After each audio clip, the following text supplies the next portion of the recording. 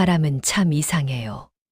그렇게 오랫동안 같이 살았으면 눈빛만 봐도 다 알 것 같은데 정작 가장 큰일이 터졌을 때는 내 눈을 제일 먼저 의심하게 되더라고요. 그날도 여느 때와 다름없는 화요일 저녁이었어요. 남편은 평소보다 조금 늦게 들어왔고 저는 주방에서 남편이 좋아하는 북어국을 끓이고 있었지요. 현관문 도어락 눌리는 소리가 유난히 날카롭게 들렸지만 저는 그냥 국자만 휘저었어요. 다녀왔어 하는 남편의 목소리가 등 뒤에 닿는데 이상하게 그 소리가 예전 같지 않고 꼭 남의 목소리처럼 서늘하게 들렸습니다. 씻고 나온 남편에게서 풍기는 낯선 비누 냄새가 코끝을 스치는데 우리 집에서 쓰는 게 아니라는 걸 단번에 알 수 있었어요. 평소 쓰던 알싸한 남자 스킨 향 대신 달큰하고 화사한 향이 남편의 옷깃에 묻어 있었지요. 밥을 차려주고 맞은편에 앉았는데 남편은 밥그릇은 보지도 않고 식탁 밑에서 휴대폰만 계속 만지작거렸습니다. 제가 국 더 줄까 물어도 남편은 대답도 없이 그냥 입안에 밥을 쑤셔 넣기만 하더라고요. 그 모습이 너무 부자연스러워서 저도 모르게 숟가락을 놓게 됐습니다. 당신 오늘 왜 그래? 내 질문에 남편은 그제야 휴대폰을 끄고 고개를 들었지만 눈은 여전히 제 눈을 피했어요. 내가 뭘 어쨌다고 그래. 그냥 피곤해서 그래. 툭 내뱉는 그 말투가 너무 차가워서 가슴 한구석이 덜컥 내려앉았습니다. 평소라면 오늘 회사에서 무슨 일이 있었는지 국물 맛은 어떤지 한마디라도 보탰을 사람인데 말이죠. 밥이 입으로 들어가는지 코로 들어가는지 모르겠는데 남편은 꾸역꾸역 밥만 밀어 넣었어요. 식탁 위에는 낡은 냄비 받침이랑 짝이 안 맞는 밥그릇들만 덩그러니 놓여 있는데 그 정막이 어찌나 무겁던지 숨이 턱 막혔습니다. 남편이 젓가락질을 할 때마다 달그락거리는 소리가 주방을 가득 채우는데 그 소리가 꼭 제 속을 긁어내는 소리 같았어요. 당신한테서 안 맞던 냄새가 나네. 제가 용기 내서 한마디 더 던지자 남편이 갑자기 숟가락을 탁 내려놓더라고요. 아, 진짜 피곤해 죽겠는데 사람 취조하는 거야 뭐야? 적당히 좀 해. 그렇게 할 일이 없으면 당신 좋아하는 교회라도 가서 기도나 하던가. 남편의 날선 목소리가 좁은 주방을 울리는데 저는 아무 말도 못하고 멍하니 남편 얼굴만 쳐다봤습니다. 분명 내 앞에 있는 사람은 20년 넘게 한솥밥을 먹은 사람인데 지금 이 순간만큼은 길에서 마주친 남보다도 더 멀게 느껴졌지요. 아무 말도 안 하고 다시 밥만 먹는 그 사람의 정수리를 보면서 저는 속으로 수만 가지 생각을 했습니다. 설마 아니겠지. 내가 요즘 예민해서 그런 거겠지 하면서 스스로를 다독여 보려 해도 자꾸만 옆구리가 시려왔어요.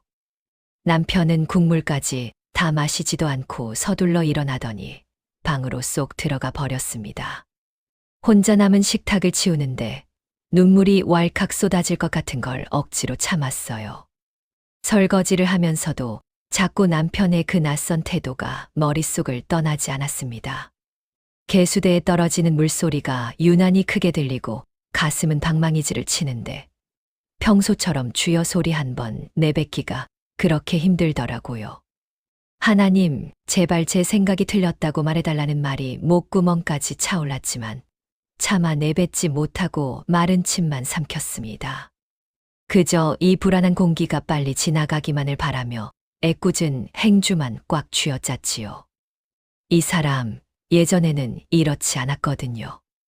무뚝뚝해도 제가 아프면 약 사다 주고 힘들 때면 슬그머니 내 편 들어주던 사람이었는데 언제부터 이렇게 남보다 못한 사이가 되어버린 걸까요? 방에서 들려오는 남편의 코 고는 소리가 그날따라 그렇게 야속할 수가 없었어요. 옆에 누워있는데도 천 리길 밖으로 밀려난 기분이었습니다. 어둠 속에서 지난 세월 우리가 어떻게 살아왔는지, 내가 이 사람을 위해 어떻게 했는지가 하나둘 떠오르기 시작했어요. 자식도 없이 둘이서만 의지하며 살자고 약속했던 그 시절이 어제 같은데 지금 내 옆에 누워있는 이 사람의 마음은 도대체 어디에 가 있는지 알 수가 없었습니다. 하나님, 제가 뭘 잘못했나요? 묻고 싶었지만 그 질문조차 사치처럼 느껴질 만큼 마음이 무거웠습니다. 남편이 벗어놓은 양복 상의가 의자에 걸려 있는 걸 보니 울화가 치밀다가도 또 한편으로는 저 옷을 입고 밖에서 누구를 만났을까 상상하게 되는 제 자신이 너무 비참했어요. 평온했던 내 일상이 완전히 무너져 내리고 있다는 걸 직감적으로 알 수 있었습니다. 남편이 어쩌다 이렇게 됐을까 원망하기보다 앞으로 내가 마주해야 할 이 캄캄한 현실이 더 무서웠어요. 남편의 외도를 확정짓기도 전인데 이미 제 영혼은 탈탈 털린 것처럼 힘이 하나도 없었습니다. 내가 나를 봐도 이렇게 한심한데 남편 눈에는 오죽할까 싶어 자괴감이 밀려왔습니다. 내가 이 사람 하나 믿고 어떻게 살았는데 내 모든 것을 다 바쳐서 일궈놓은 게 고작 이런 의심과 불안뿐인가 싶어 자꾸 가슴만 쳤어요.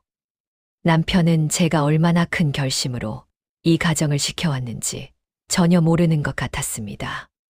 그저 시간이 지나면 잊히는 고생이라고 생각했을까요? 아니면 제가 베푼 호의가 당연한 권리라고 착각하게 된 걸까요? 남편의 뒷모습을 보며 느꼈던 그 막막함은 말로 다 설명하기가 어렵습니다. 우리는 왜 이렇게 되었을까? 어디서부터 잘못된 걸까? 자꾸 되묻게 되었습니다.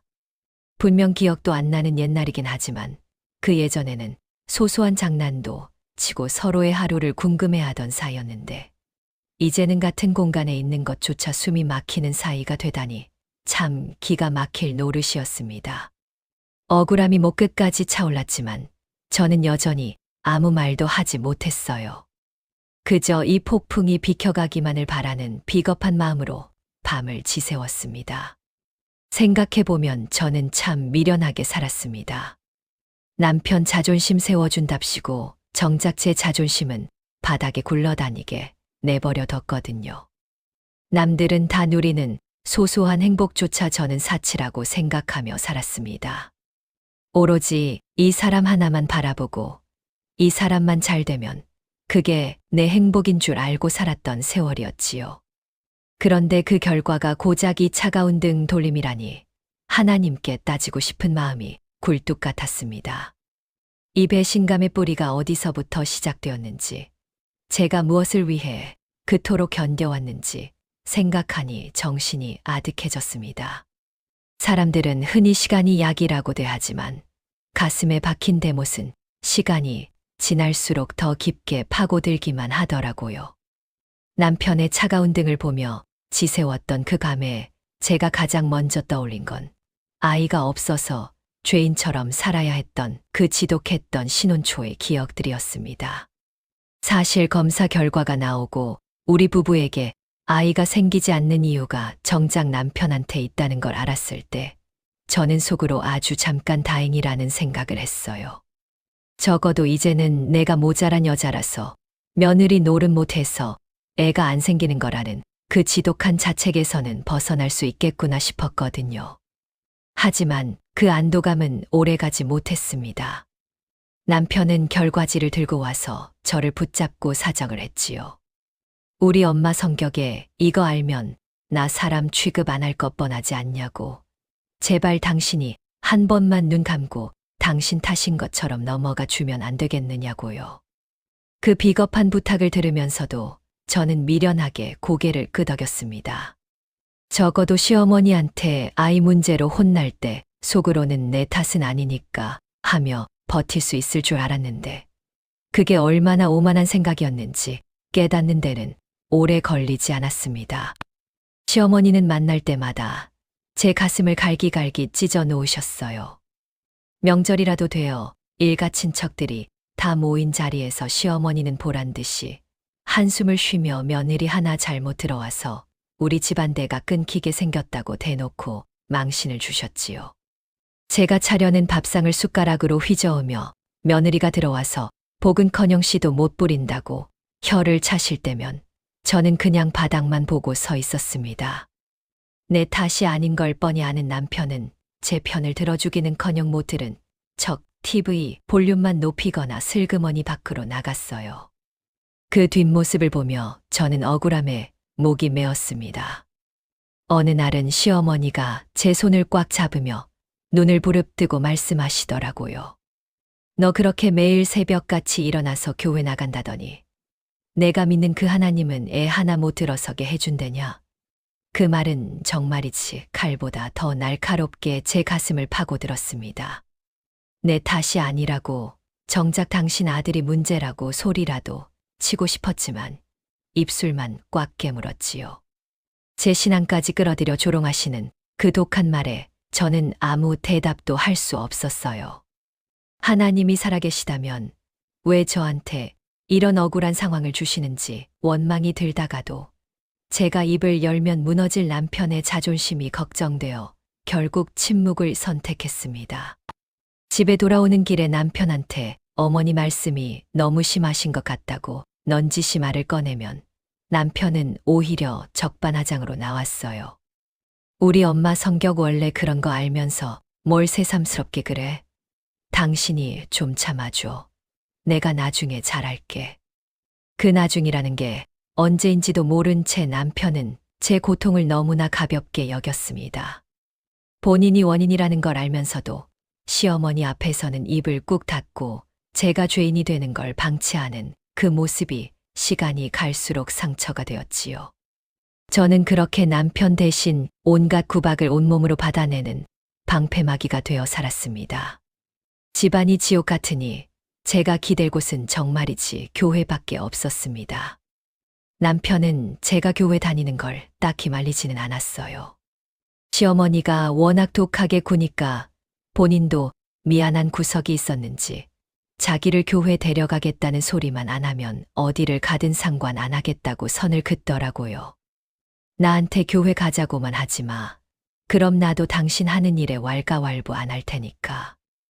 남편의 그 차가운 말 한마디가 우리 사이에 보이지 않는 벽처럼 느껴졌습니다.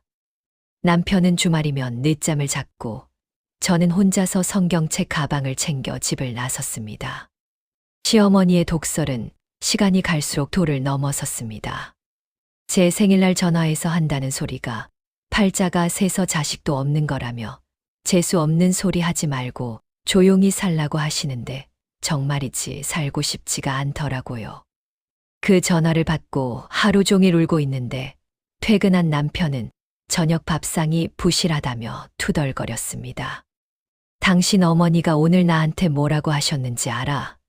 제가 울먹이며 물으니 남편은 또 시작이라며 고개를 돌려버렸어요. 그 순간 제가 지켜온 이 비밀과 희생이 과연 무엇을 위한 건가 싶은 회의감이 몰려왔습니다.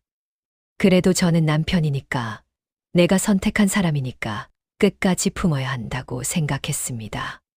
하나님이 저를 이 집에 보내신 이유가 있을 거라고 믿으며 억지로 마음을 다잡았지요. 남편이 교회는 안 다녀도 언젠가는 변하겠지. 어머니도 나이 드시면 유해지시겠지 하며 그 긴긴 터널 같은 시간들을 버텨왔던 겁니다. 목사님이 늘 말씀하시던 고난 뒤의 축복을 기대하며 저는 새벽마다 눈물로 예배당 자리를 지켰어요. 하지만 상황은 나아지기는커녕 점점 더 꼬여만 갔고 저는 집안에서 목소리 한 번 크게 내지 못하는 그림자 같은 존재가 되어버렸지요. 그렇게 십수년을 내 탓도 아닌 일로 죄인처럼 살면서 저는 제 자신을 잃어버렸습니다. 제가 무엇을 좋아하는지조차 잊어버린 채 오로지 시댁과 남편을 위해서만 살았어요. 남편이 밖에서 돈을 벌어다 주니 고마워해야 한다고 생각했고 시어머니가 구박해도 내 팔자려니 하며 순종했습니다. 그게 제가 생각한 신앙이었고 가정을 지키는 방법이었거든요. 그런데 그 미련한 순종의 끝에 기다리고 있었던 건 하나님의 축복이 아니라 남편의 배신이었다는 사실이 저를 무너뜨렸습니다. 차라리 남편한테 사실대로 말하고 같이 싸웠더라면 어땠을까요? 시어머니한테 대들고 내 결백을 주장했더라면 지금과는 다른 삶을 살고 있었을까요? 이제 와서 그런 후회를 해본들 아무 소용이 없다는 걸 알지만 남편의 옷깃에 묻은 낯선 냄새를 맡으며 서 있던 그 식탁 앞에서 저는 제 인생 전체를 부정당한 것 같은 기분이 들었습니다. 내가 무엇을 위해 그 억울한 말들을 견뎠고, 무엇을 위해 내 몸 하나 돌보지 않고 시댁 식구들 비위를 맞췄나 싶으니 숨을 쉴 수가 없었지요. 그 미련한 세월들이 파도처럼 밀려와 저를 덮치는데, 그 중에서도 가장 뼈아픈 건 시어머니의 병수발을 들었던 시간들이었습니다. 자식 없다고 그렇게 저를 구박하던 분이 쓰러졌을 때 결국 그 곁을 지키며 똥오줌을 받아낸 건 잘난 아들도 아니고 다른 친척들도 아닌 바로 저였거든요.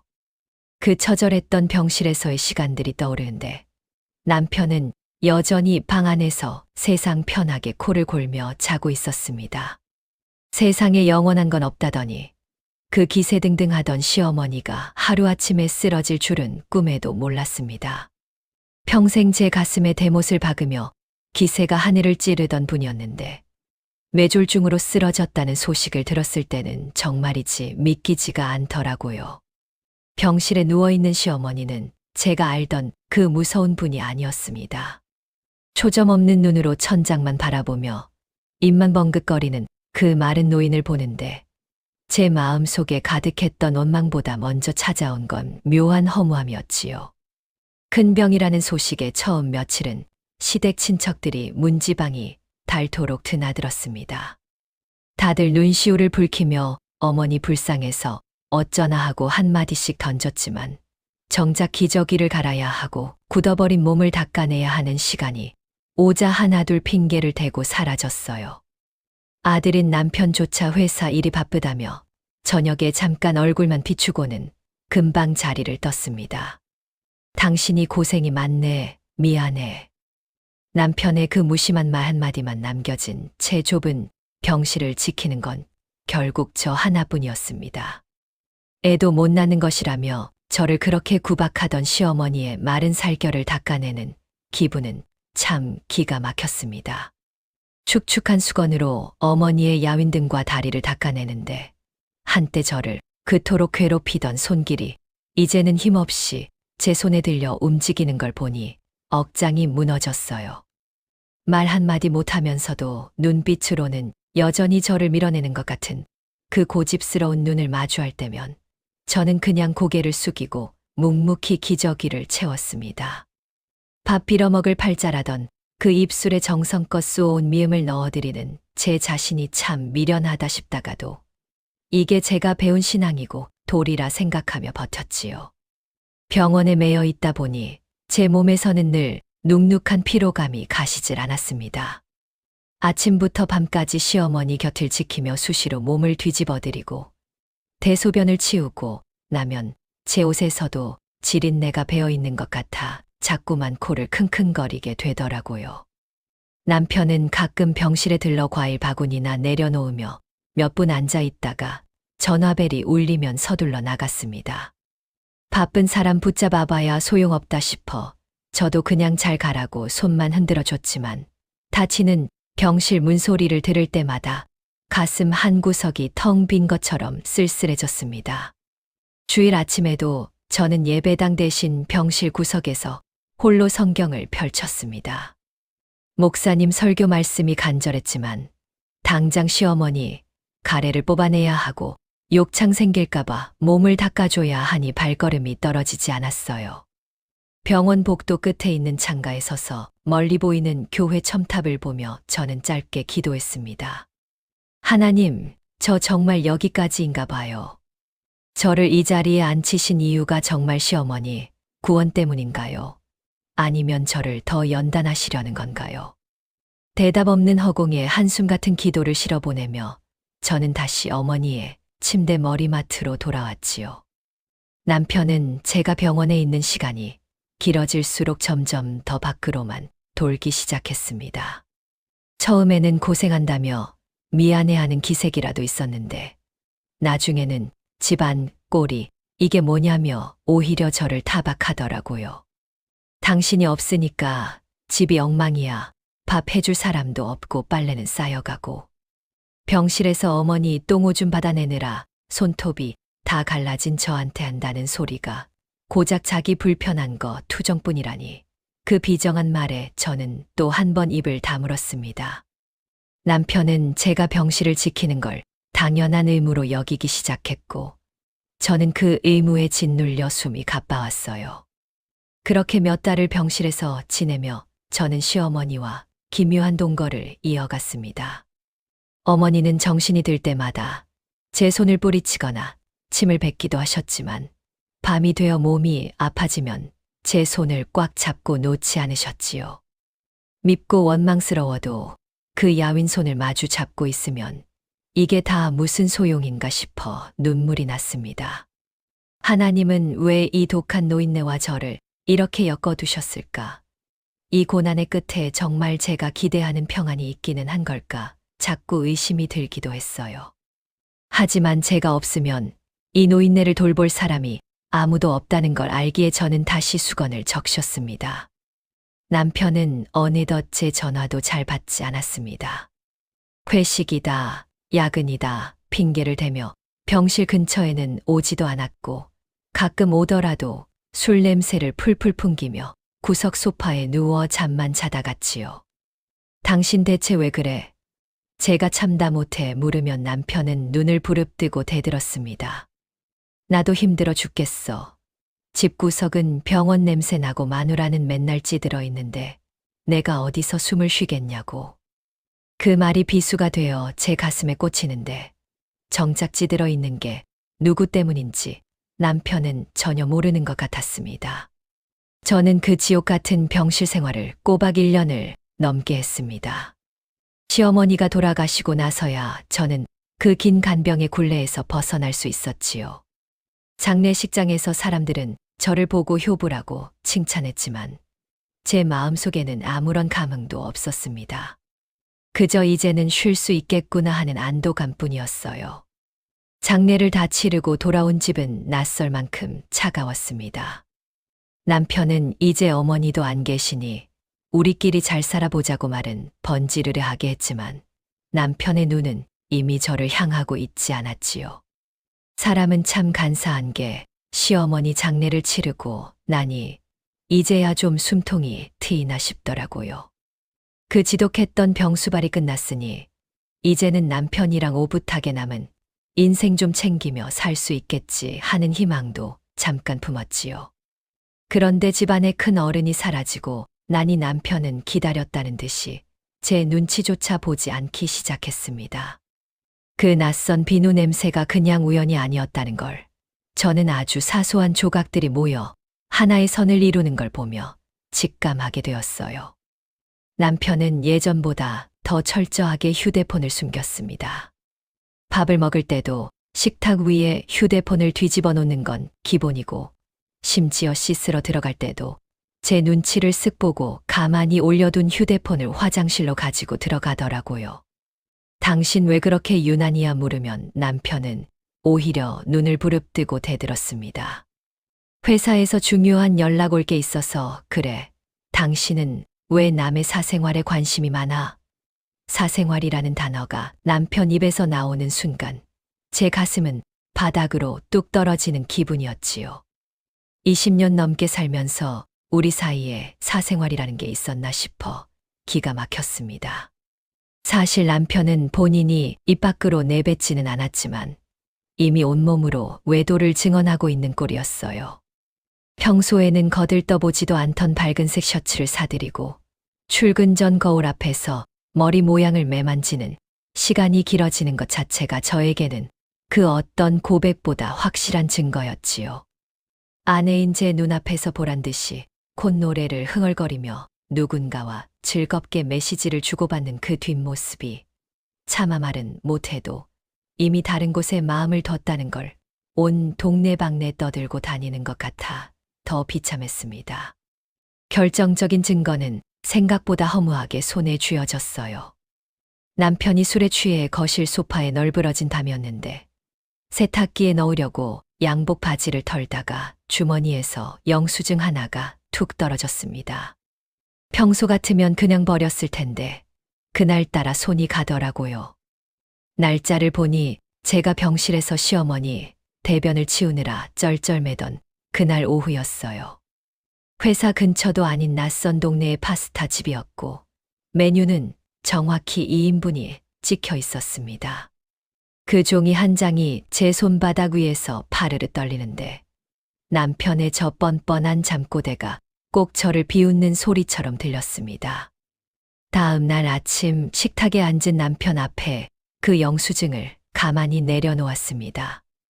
이게 뭐야? 제 목소리는 제 생각보다 훨씬 더 차분하고 낮게 깔렸어요.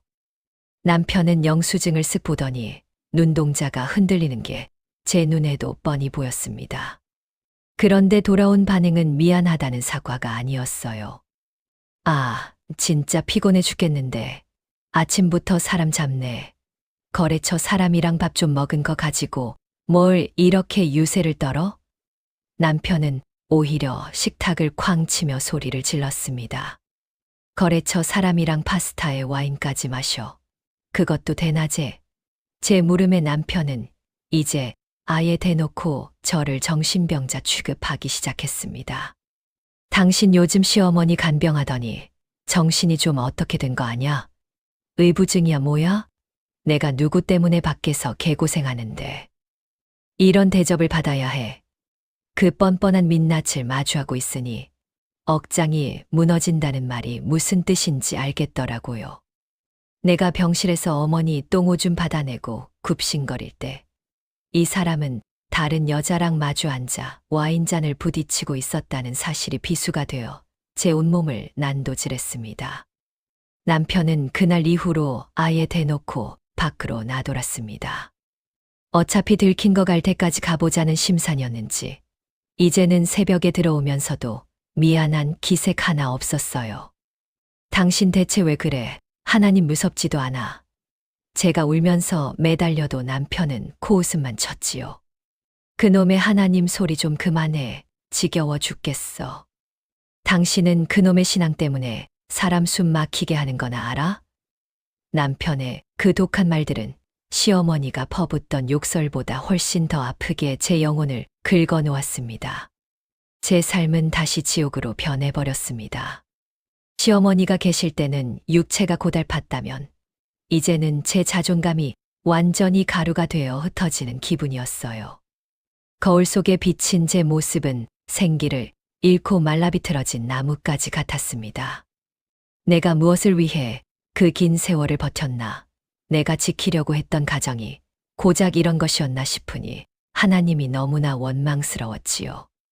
하나님, 제가 그렇게 새벽마다 눈물로 부르짖었는데 왜 제 인생은 이 모양인가요? 대답 없는 허공에 대고 수천 번을 물어도 돌아오는 건 남편의 차가운 냉소뿐이었습니다. 내가 병실에서 어머니 욕창 생길까봐 몇 시간마다 몸을 뒤집어드리고 굳어버린 발가락 사이사이를 닦아드릴 때 이 사람은 그 여자의 손을 잡고 있었겠지요. 그 생각이 머릿속을 떠나지 않아 미쳐버릴 것 같았습니다. 남편은 제가 병원 냄새 난다고 구박하던 그 입술로 그 여자에게는 사랑한다고 속삭였을 거라 생각하니 정말이지 남편을 죽이고 싶을 만큼 증오심이 솟구쳤습니다. 사랑이 깊었던 만큼 배신감의 뿌리는 깊고도 질겼어요. 어느 날은 남편의 옷에서 그 낯선 향수 냄새가 너무 진하게 풍겨서 저도 모르게 남편의 멱살을 잡고 울부짖었습니다. 제발 솔직하게 말해달라고. 우리가 어떻게 살아왔는데 나한테 이럴 수 있느냐고 소리를 질렀지요. 하지만 남편은 제 손을 거칠게 뿌리치며 저를 바닥으로 밀쳐버렸습니다. 아, 진짜 질척거리네. 이럴 거면 차라리 갈라서든가. 남편의 입에서 나온 이혼이라는 단어에 저는 그대로 얼어붙어 버렸습니다. 내가 그 고생을 다 했는데 이제 와서 갈라서자니요. 시어머니 구박 다 견디고 병수발까지 다 든 저를 토사구팽하겠다는 그 심보가 너무나 고약해서 숨이 쉬어지지 않았습니다. 남편은 미안하다는 말 한마디 없이 자기 방으로 들어가 문을 걸어 잠갔고 저는 차가운 바닥에 주저앉아 밤새도록 가슴을 쳤습니다. 하나님, 저 정말 어떻게 해야 하나요? 이 억울함을 누가 풀어주나요? 하지만 제 절규에 응답하는 건 적막한 집안 공기와 남편의 무심한 코 고는 소리뿐이었습니다. 그렇게 저는 점점 더 말라비틀어져 갔습니다. 밥을 먹어도 맛을 느낄 수 없었고 잠을 자도 악몽에 시달렸지요. 제 인생의 모든 것이 부정당한 것 같은 이 비참한 현실 앞에서 저는 이제 더 이상 도망갈 곳이 없었습니다. 의지할 곳이라고는 정말이지 교회밖에 없었는데 그마저도 이제는 발걸음이 떨어지지 않았어요. 남편의 외도가 내 탓인 것만 같고 사람들이 내 얼굴에서 불행을 읽어낼까봐 두려웠거든요. 제 삶은 그렇게 천천히 하지만 확실하게 무너져 내리고 있었습니다. 집안에 큰 태풍이 불어 닥치니 제 몸부터 죽이 나더라고요. 밥 한 술을 넘겨도 목구멍에 가시가 걸린 것처럼 서걱거리고 거울을 보면 웬 낯선 할머니가 서 있는 것 같았습니다. 제가 하도 말라가니까 교회 집사님들이 제 안색을 보고는 하나둘 걱정을 하기 시작했어요. 처음에는 그냥 요즘 잠을 좀 못 자서 그래요. 시어머니 장례 치르고 기운이 없나 봐요 하면서 손사래를 쳤지요. 그런데 마음속에 꽉 들어찬 도끼가 어디 숨긴다고 숨겨지나요? 어느 날 예배 끝나고 소모임 한다고 꾸역꾸역 남아있는데 기운도 없고 집에도 들어가기 싫어서 버티고 있는데 정신없는 와중에 한 집사님이 제 손을 꽉 잡더라고요. 이 집사 얼굴이 이게 뭐야? 무슨 일 있지? 눈물 자국이 얼굴에 그대로 박혀 있는데 우리가 몰라줄 것 같아. 그 따뜻한 손길 한 번에 제가 쌓아왔던 둑이 와르르 무너졌습니다. 한 번 터진 눈물은 멈출 줄을 몰랐어요. 주책맞게 남들 다 있는 데서 어깨를 들썩이며 우는데 옆에 있던 집사님들이 아이고 어쩌면 좋아. 이 집사 속이 아니었네 하면서 제 등을 쓸어주었습니다. 그동안 가슴에 쟁여뒀던 이야기들이 봇물 터지듯 쏟아져 나왔어요. 시어머니 그 모진 구박 다 견디고 정작 남편 문제인데도 내 탓인 양죄인으로 살았던 세월들을 다 털어놨지요. 어머니 쓰러지셨을 때 똥오줌 받아내며 병실 지킨 건 나뿐인데 그 인간은 밖에서 딴 여자랑 와인이나 마시고 있었다는 소리를 할 때는 정말이지 숨이 넘어가게 울었습니다. 집사님들은 세상에 그럴 수가 있느냐며 짐승도 제 새끼 돌봐주는 건 아는데 어떻게 사람이 그럴 수 있냐고 같이 분통을 터뜨려 주었지요. 한 집사님이 제 어깨를 다독이며 조심스럽게 물어보더라고요. 이 집사 그렇게 힘들면 차라리 갈라서고 새 인생 찾는 게 낫지 않아. 요즘 세상에 이혼이 흠도 아니고 그 고생시킨 남편 옆에서 왜 그렇게 말라 죽어가. 그 소리를 듣는데 갑자기 제 안에서 뜨거운 불덩어리가 확 치밀어 올랐습니다. 저는 바닥을 주먹으로 치면서 울부짖었어요. 제가 얼마나 희생했는데요. 제 청춘 다 바쳐서 그 집안 뒤치다꺼리 다 했는데 이제 와서 저 절대 이혼 못 해줘요. 그 인간이랑 누구 좋으라고 제가 왜요. 제 입에서 나온 독한 소리에 집사님들이 다들 놀라 눈만 꿈벅거렸습니다. 하지만 제 속은 더 시커멓게 타들어가고 있었어요. 누구 좋으라고 내가 그 자리를 내줘요. 내가 지킨 집이고 내가 지킨 가정인데 다 차려놓은 밥상에 숟가락 얹으려는 그 꼴은 죽어도 못 보겠더라고요.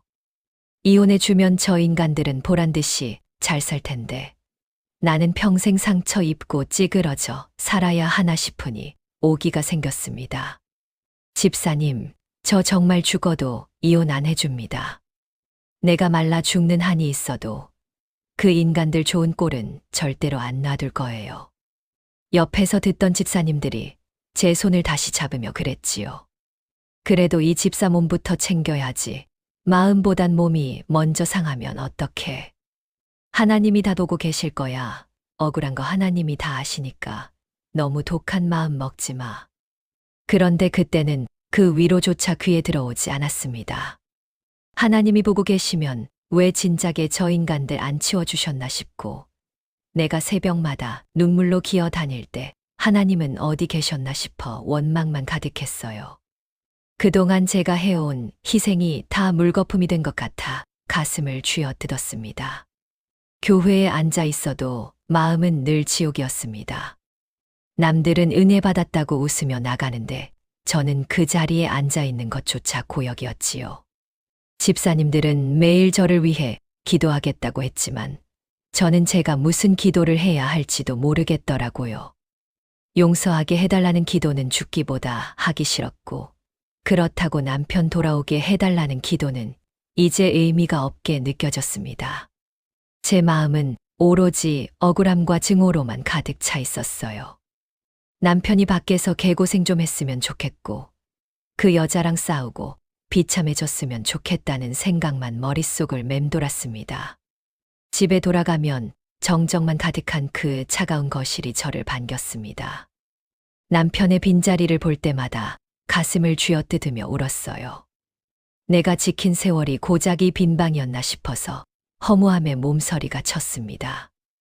남편이 밖에서 그 여자랑 무슨 이야기를 할지 상상하다 보면 밤잠을 설칠 수밖에 없었지요.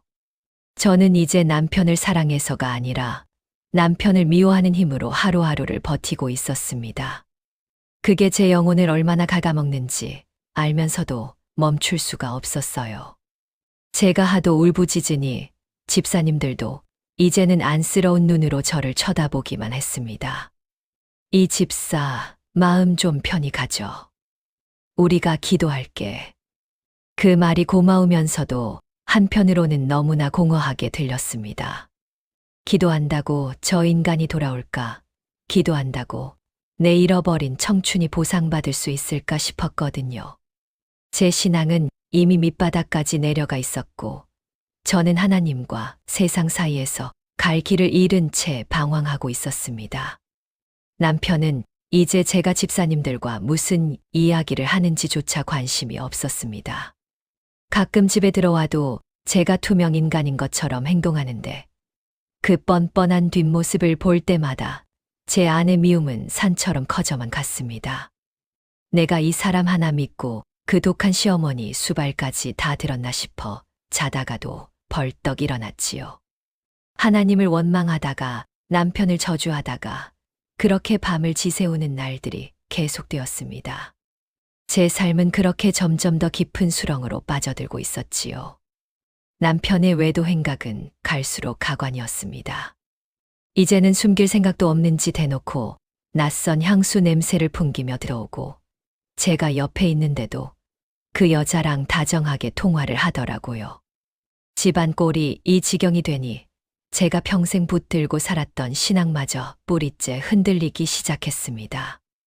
예전에는 힘들 때마다 교회에 가서 엎드리면 마음이 좀 편안해졌는데 이제는 예배당 의자에 앉아 있는 것조차 가시방석에 앉은 것처럼 괴롭기만 했어요. 주일 아침 무거운 몸을 이끌고 예배당 맨 뒷자리에 앉아 있는데 목사님이 강단에서 용서에 대해 설교를 하시더라고요.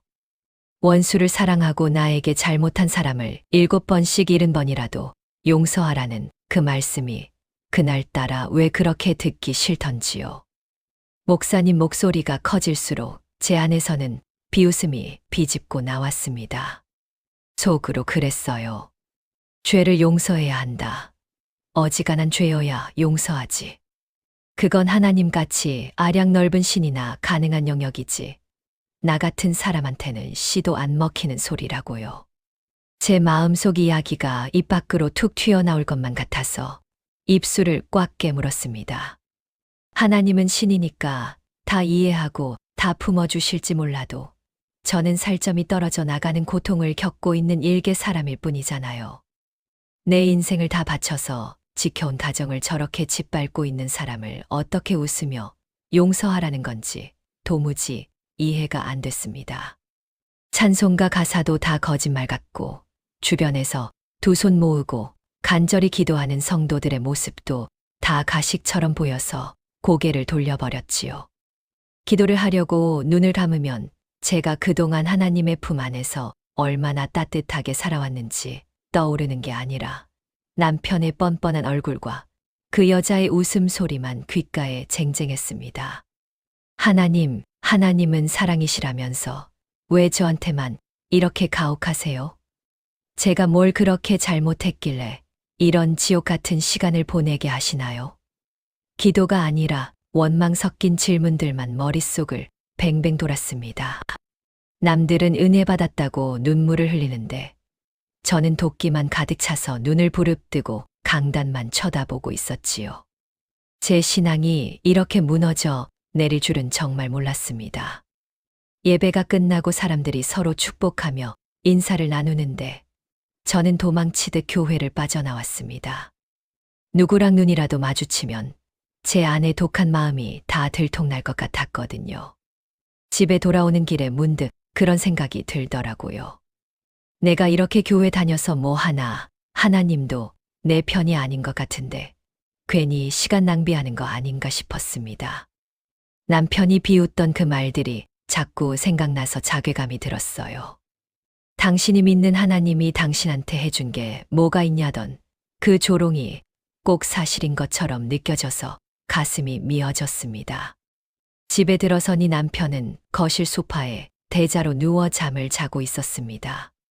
집안을 풍비박산 내놓고도 저렇게 속 편하게 잠이 오나 싶어 발로 걷어차고 싶은 걸 겨우 참았어요. 아니요. 사실 사연을 보내면서 하는 끔찍한 소리지만 저렇게 평화롭게 자고 있는 사람 다시는 눈을 뜨지 않았으면 좋겠다.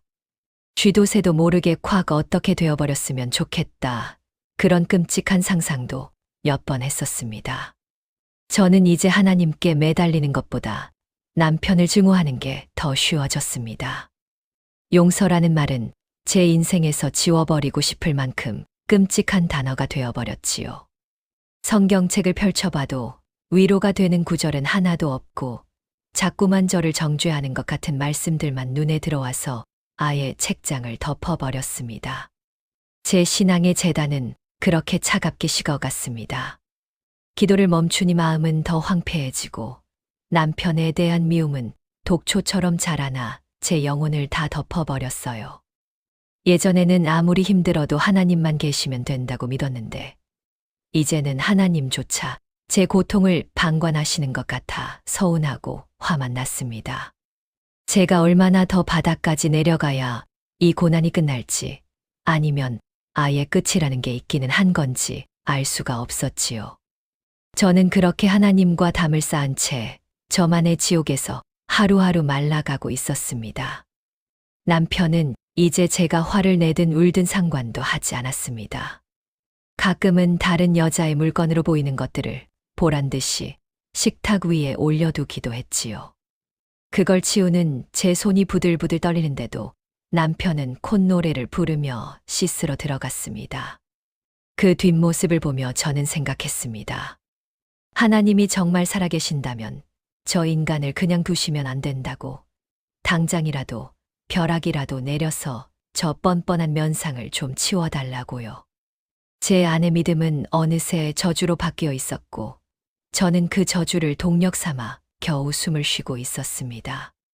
그렇게 한 주, 두 주가 지나면서 저는 이제 교회 근처에도 가기 싫어졌습니다. 집사님들이 전화해서 왜 안 나오느냐고 물어도 몸이 안 좋다는 핑계로 전화를 끊어버렸지요. 사실 몸보다 마음이 더 썩어 문드러지고 있었는데 그걸 누구한테 말하겠어요. 신앙마저 흔들리니 정말 의지할 곳이 아무 데도 없었습니다. 남편이라는 큰 기둥이 무너지고 하나님이라는 마지막 보루마저 희미해진 그 캄캄한 어둠 속에서 저는 길 잃은 어린아이처럼 울기만 했습니다. 그러다 문득 이런 생각이 들었습니다. 하나님이 용서하라고 하셨으니 만약 제가 용서하지 못하면 하나님도 저를 버리시는 걸까요? 그 생각에 도달하니 무서움보다 오기가 먼저 생기더라고요. 버리시려면 버리시라고 나도 이런 식의 하나님은 필요 없다고 대들고 싶었습니다. 제 마음은 이미 걷잡을 수 없는 분노로 가득 차 있었고 그 분노는 결국 하나님을 향한 가장 처절하고 독한 기도로 이어지게 되었습니다. 사람이 극한의 상황에 몰리면 무슨 짓이든 한다더니 저 역시 제가 상상도 못했던 기도를 준비하고 있었던 겁니다. 마음속에 도끼가 차오르니 사람이 참 무섭게 변하더라고요. 평생 교회 마당 밟으며 살았고 남들 앞에서는 온화한 집사 소리 들었는데 제 안에는 이미 시커먼 괴물이 들어앉아 있었습니다. 남편은 이제 대놓고 제 눈앞에서 그 여자와 문자를 주고받으며 웃고 집은 그저 잠만 자고 나가는 여관쯤으로 여기는 것 같았지요. 그 뻔뻔한 뒷모습을 볼 때마다 제 손은 부들부들 떨렸고 저 인간만 없으면 내 인생이 다시 살아날 것 같다는 생각이 머릿속을 떠나지 않았습니다. 어느 날 밤 술 냄새를 풀풀 풍기며 들어와 거실 소파에 침까지 흘리며 자는 남편을 보는데 갑자기 울화가 치밀어 견딜 수가 없었습니다. 저는 그 밤에 텅 빈 예배당으로 달려갔지요.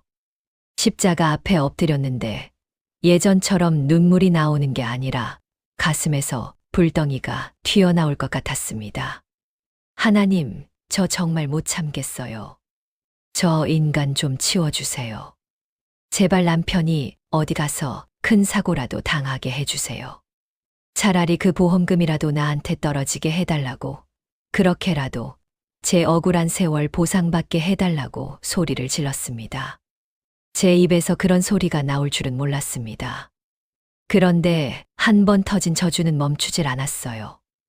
내가 그동안 이 사람 자존심 세워주려 부린 원인까지 뒤집어쓰고 그 독한 시어머니 똥오줌 받아내며 산 세월이 얼마인데 나한테 이럴 수 있느냐고 하나님한테 마구 쏘아붙였습니다.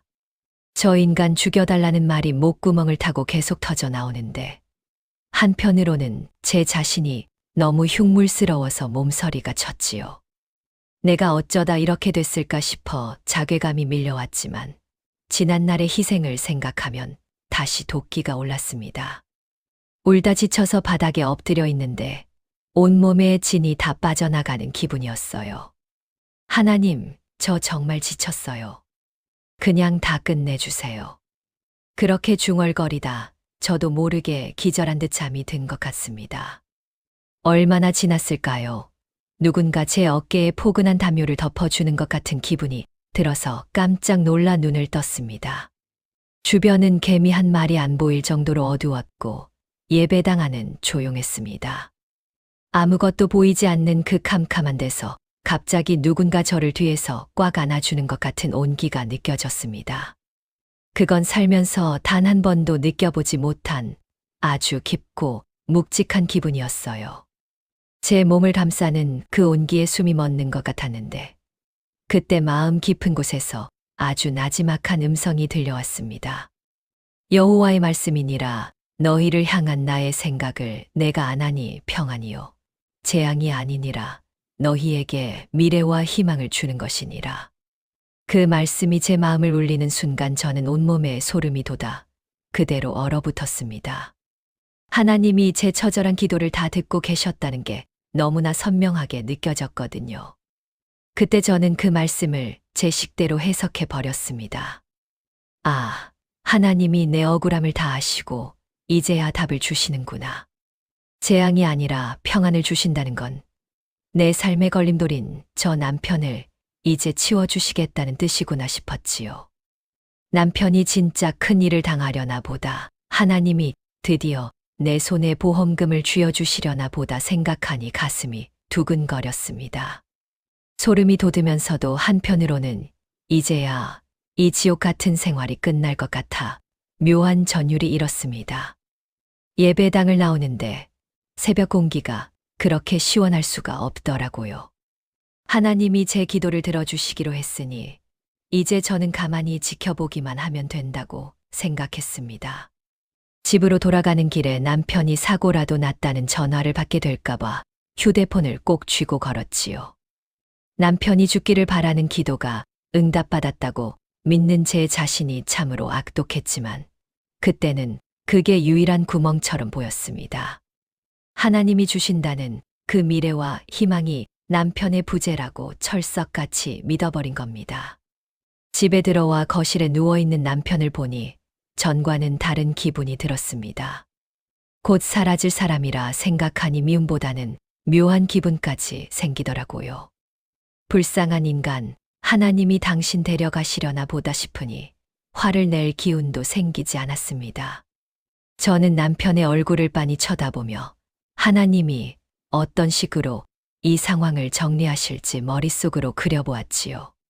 제 안에 있던 도끼는 어느새 서늘한 확신으로 바뀌어 있었습니다. 내가 그렇게 울부짖으며 죽여달라고 했으니 하나님도 이제 더는 못 참으신 모양이다 싶었습니다. 남편의 저 뻔뻔한 얼굴을 보는 것도 이제 며칠 안 남았겠구나 생각하니 오히려 마음이 차분해지기까지 하더라고요. 하나님이 저를 안아주셨던 그 온기가 마치 이제 고생 끝났으니 마음 놓으라고 달래주시는 손길처럼 느껴졌습니다. 저는 그렇게 하나님의 본심은 전혀 모른 채 남편에게 닥칠 재앙을 응답이라 믿으며 캄캄한 방 안에서 날이 밝기를 기다렸습니다. 그날 이후로 제 마음은 참 이상한 방향으로 흘러갔습니다. 하나님이 제 독한 기도를 들어주셨으니 이제 남편이 진짜 큰 사고라도 당할 거라고 철석같이 믿고 있었거든요. 오늘 아침에 나가는 뒷모습이 마지막일지도 모른다는 생각이 드니까 잡아먹을 듯이 미웠던 마음 한구석에 서늘한 바람이 부는 것 같았습니다. 분명히 어제까지만 해도 당장 내일 죽어도 쌀 놈이라고 저주를 퍼부었는데 막상 진짜 죽을지도 모른다고 생각하니 자꾸만 남편 얼굴을 빤히 쳐다보게 되더라고요. 아침상을 차려놓고 앉아 있는데 남편이 씻고 나와서 식탁 앞에 앉았습니다. 평소 같으면 눈도 안 마주치고 휴대폰만 봤을 텐데 제가 자기를 빤히 보고 있으니까 남편도 좀 이상했나 봐요. 왜 그렇게 쳐다봐? 사람 얼굴에 뭐 묻었어? 남편이 툭 내뱉는 말투는 여전히 차가웠지만 저는 그냥 덤덤하게 대답했습니다. 아니, 그냥 많이 먹으라고. 그러고는 평소에는 젓가락도 안 대던 생선살을 발라 남편 밥그릇 위에 올려주었지요.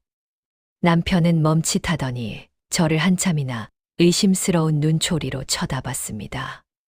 당신 요즘 왜 그래? 갑자기 안 하던 짓을 하니까 무섭네. 남편의 그 말에 가슴이 철렁했습니다. 하나님이 정말 데려가시려고 내 마음을 이렇게 만지시나 싶어서 목구멍이 뜨거워졌지요. 별일 아니니까 그냥 먹어. 오늘 차 조심하고. 제 입에서 차 조심하라는 소리가 나오는데 저도 제 자신이 참 기가 막혔습니다. 죽여달라고 빌 때는 언제고 이제 와서 다칠까봐 걱정을 하고 있으니 말이에요. 남편은 밥을 먹다 말고 젓가락을 내려놓더니 제 안색을 살피더라고요. 혹시 당신 어디 아파? 아니면 나한테 뭐 할 말 있어? 남편의 목소리에 평소와 다른 걱정이 살짝 섞여 있는 것 같아 마음이 더 울렁거렸습니다. 아니, 아픈 데 없어. 그냥 오늘따라 당신 얼굴이 좀 안 좋아 보여서 그래. 저는 그렇게 둘러대며 남편의 국그릇을 다시 채워주었습니다. 하나님이 곧 치워주실 인간인데 마지막으로 따뜻한 밥 한 끼는 먹여보내야지 하는 마음이 들었거든요. 그게 사랑인지 아니면 곧 떠날 사람에 대한 마지막 예의인지 저도 잘 몰랐습니다.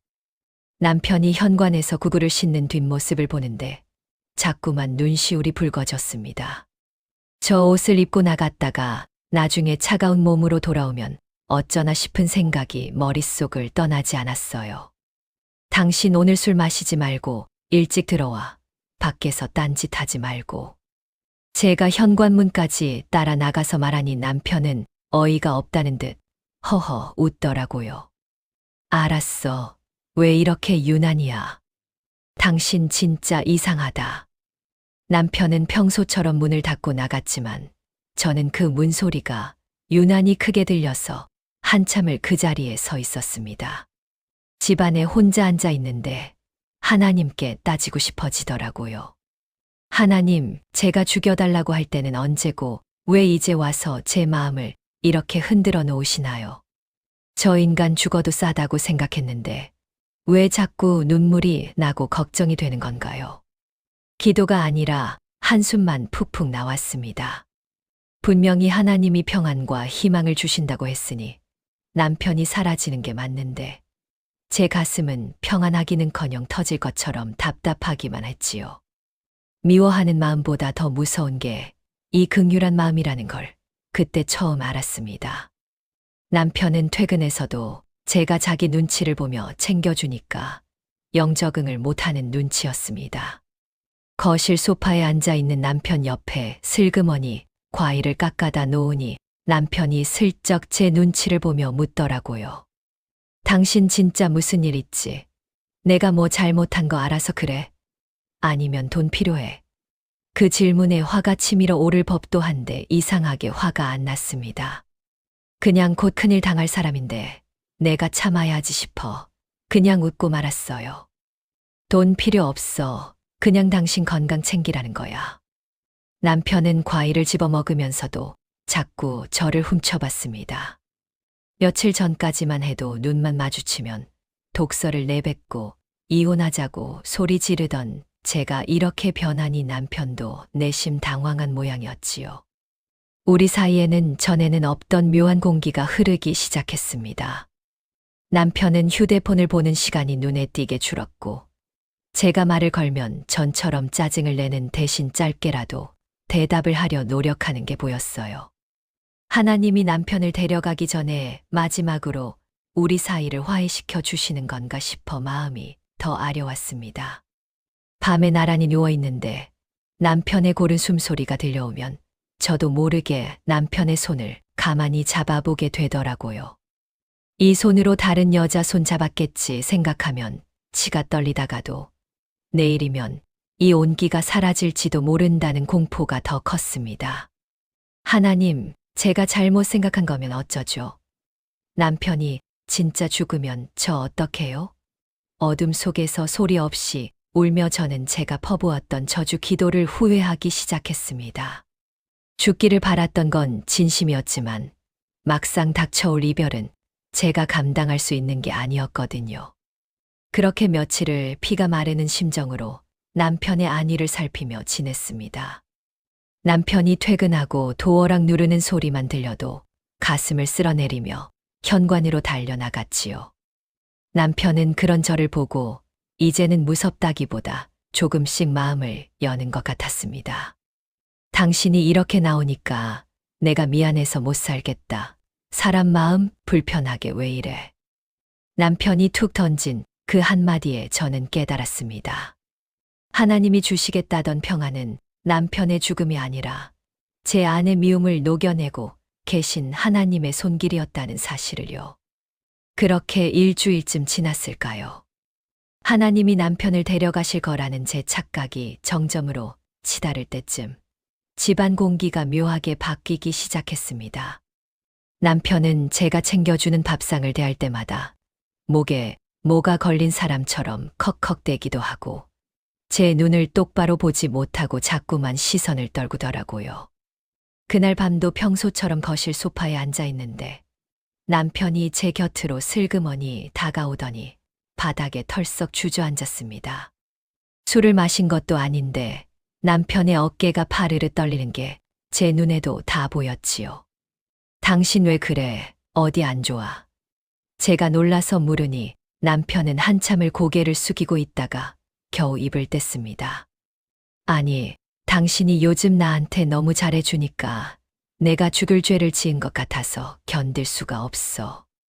남편의 목소리는 이미 울먹이고 있었어요.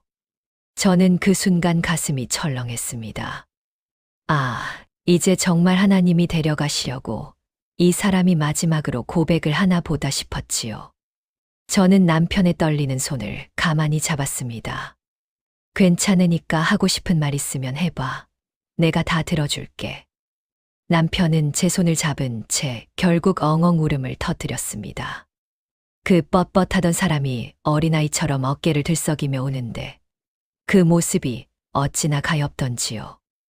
남편은 눈물을 닦으며 차마 입에 담기도 힘든 이야기를 쏟아내기 시작했습니다.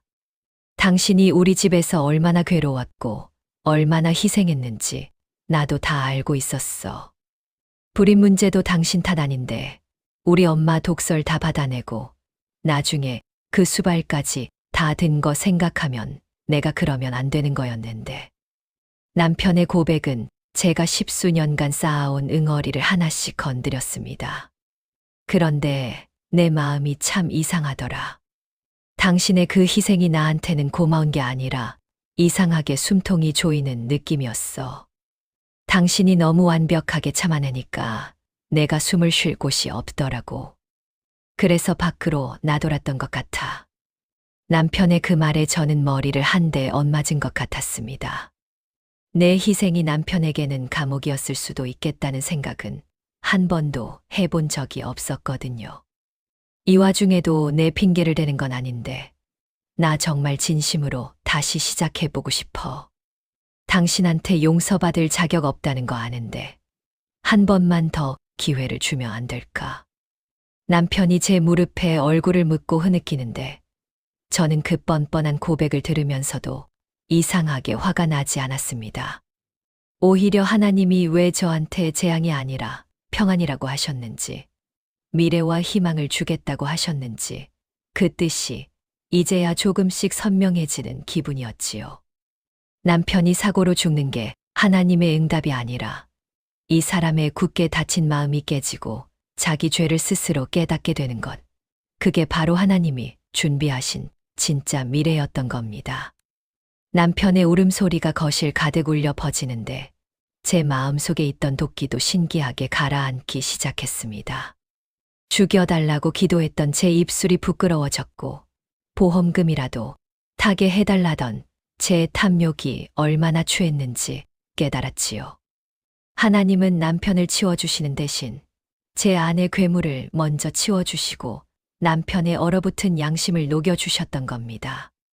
저는 울고 있는 남편의 머리를 가만히 쓰다듬어 주었어요.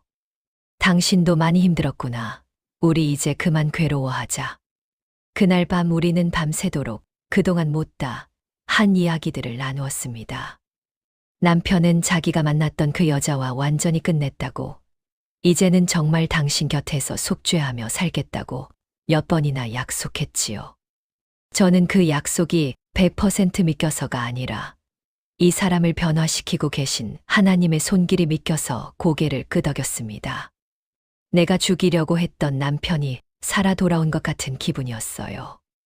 하나님은 가장 절망적인 순간에 가장 소름 돋는 방식으로 우리 가정을 다시 세우고 계셨습니다.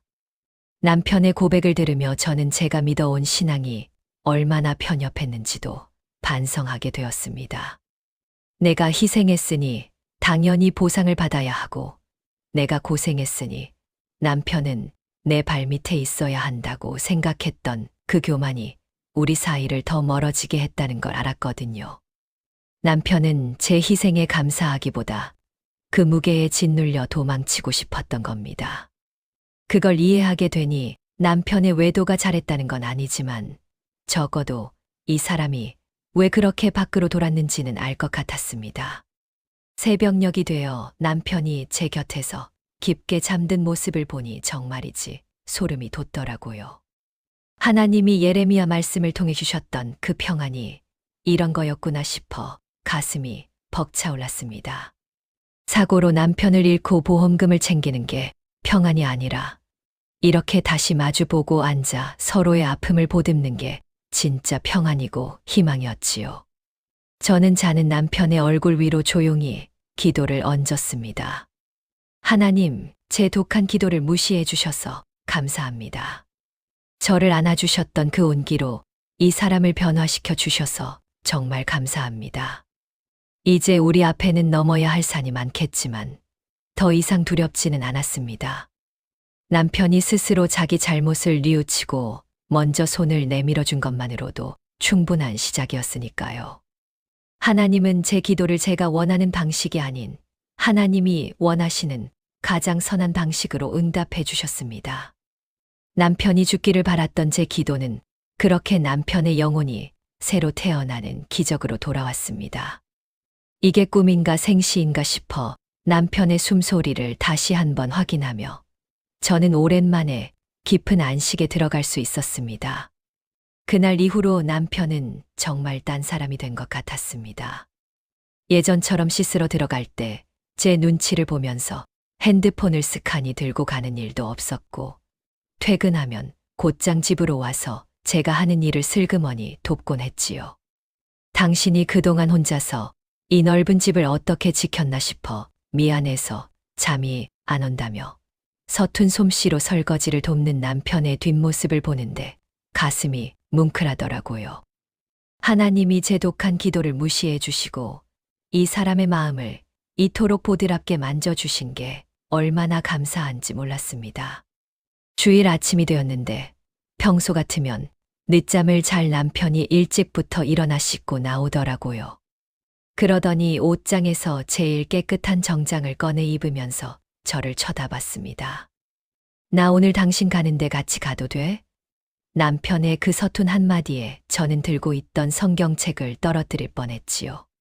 한때는 나한테 교회 가잔 소리만 말라던 사람이 평생 속죄하는 마음으로 살기로 약속했으니 그 속죄란 거 어떻게 하는지 하나님한테 제대로 한번 배워보고 싶다고 궁금하다며 먼저 손을 내미는 때 눈물이 왈칵 쏟아졌습니다. 남편과 나란히 서서 교회 마당을 들어서는데 제 발걸음이 구름 위를 걷는 것 같았습니다. 교회에서 제 사연을 듣고 같이 울어주셨던 집사님들이 남편을 보자마자 버선발로 달려 나오시더라고요. 아이고, 이 집사 남편 되시는 분이네. 오느라 고생 많았어요. 정말 잘 왔어요. 집사님들은 남편의 과거를 다 알면서도 비난 한마디 없이 그저 따뜻하게 남편의 손을 꼭 잡아주었습니다. 남편은 쑥스러운 듯 고개를 숙였지만 집사님들의 그 투박한 환영에 얼굴이 발그레해지는 게 보였지요. 예배당 자리에 남편과 나란히 앉아 찬송가를 부르는데 제 옆에서 서툰 목소리로 가사를 따라 부르는 남편의 목소리가 그렇게 은혜로울 수가 없었습니다. 음정도 박자도 잘 맞지 않지만 따라해보겠다고 애쓰는 그 마음이요. 저와 함께 하겠다고 노력하는 그 마음이 참 우리는 몇십 년 동안 왜 반대로만 죽어라 달렸는지 싶더라고요. 하나님이 약속하신 평안과 희망이 바로 이런 거였구나 싶어 가슴이 벅차올랐지요. 저주하며 죽여달라고 빌던 제 입술로 이제는 남편과 함께 찬양을 드리고 있으니 이게 바로 기적이 아니고 무엇이겠어요.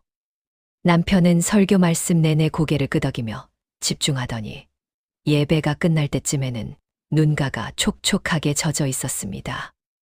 예배가 끝나고 돌아오는 길에 남편이 제 손을 꽉 잡으며 말하더라고요. 당신이 왜 그 힘든 세월을 버틸 수 있었는지 이제 조금 알 것 같아. 나도 이제 당신 옆에서 같이 기도하며 살고 싶어. 남편의 그 진심 어린 고백에 저는 그동안의 억울함과 상처가 눈 녹듯 사라지는 걸 느꼈습니다. 하나님은 제 삐뚤어진 기도를 바로잡아 주셨고 남편의 영혼을 새롭게 빚어주셨지요. 우리는 그렇게 서로의 손을 잡고 새로운 미래를 향해 첫발을 내디뎠습니다.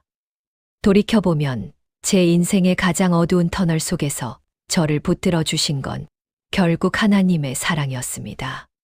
제가 괴물이 되어 남편을 저주할 때도 하나님은 저를 안아주셨고, 제가 포기하고 싶을 때도 미래와 희망이라는 약속으로 저를 이끌어 주셨지요. 이제 저는 더 이상 상처받은 며느리나 배신당한 아내가 아닙니다. 하나님의 은혜 안에서 다시 태어난 소중한 딸이고, 한 가정을 기도로 세워가는 믿음의 아내로 살아가고 있습니다. 여러분, 혹시 저처럼 끝이 보이지 않는 고통 속에 계신가요?